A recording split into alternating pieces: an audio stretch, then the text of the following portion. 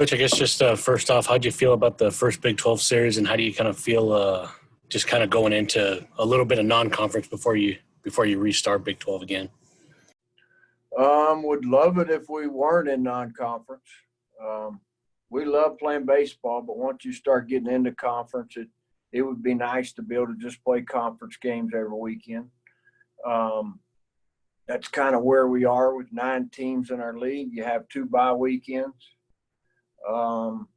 As far as the other, I mean, I think always when series are over, we're trying to create as much margin for error as we can going into the next game, going into the next series. And you can do that on both sides of the ball, definitely. We'll go to David. Coach, how do you approach these weekends now that you don't – I mean, you've known you wouldn't have a midweek series for a while, but just this stretch here not having – how do you approach that pitching-wise and trying to get as many people time on the mound as possible in game action? Well, you missed a good inter-squad on Tuesday. So there's about 9 guys through on Tuesday. And there's nothing wrong with lining up and playing baseball because you love to play. Nobody says people have to be in the stands, even though we love it when they are. Nobody says it has to be an official game to play the game the right way. So we give them every opportunity to try to, get better at their craft, in a practice setting.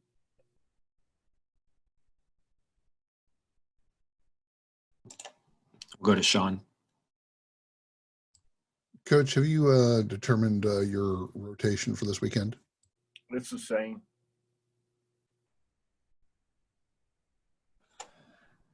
We'll go to Bishop.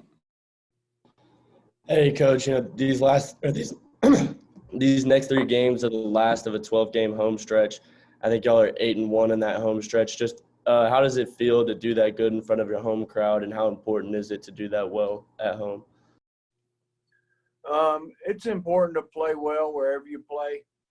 We probably don't – if you've ever heard the song, you never count your money while you're sitting at the table. We're trying, to just stay with the day that's in front of us and get a little bit better each day. And so we're definitely not sitting here saying, we're 8-1 or whatever. You got to go earn the right to win each day.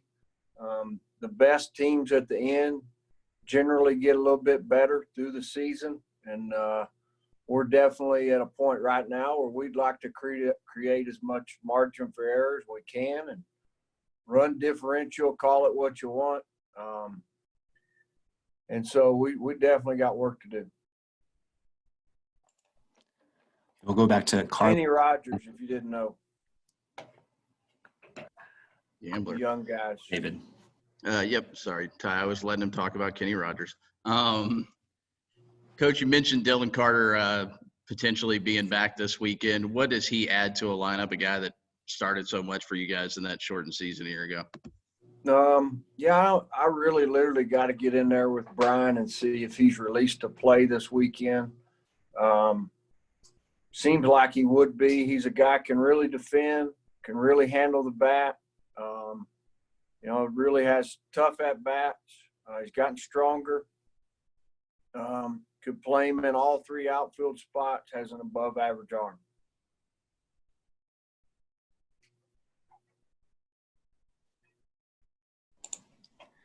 Go ahead, Carlos.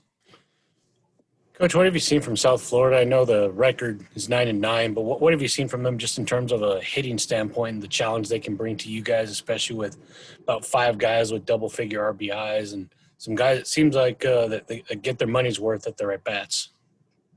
Yeah, I tell you, the last time that I was at South Florida in Tampa, it was quite a while ago, and their ballpark's they made some really nice improvements to it. Their lineup looks like, got some guys that have some strength. And that ballpark can play either way, just like all of our ballparks can. And, they do a good job. Tino Martinez is a guy, that's always supported that program, is around that program. You can see kind of some of that as you watch their guys hit, they do a good job with their setup, do a good job of fundamentals. So it's South Florida. I mean, they got a bunch of South Florida guys, and obviously you can play a lot of baseball down there.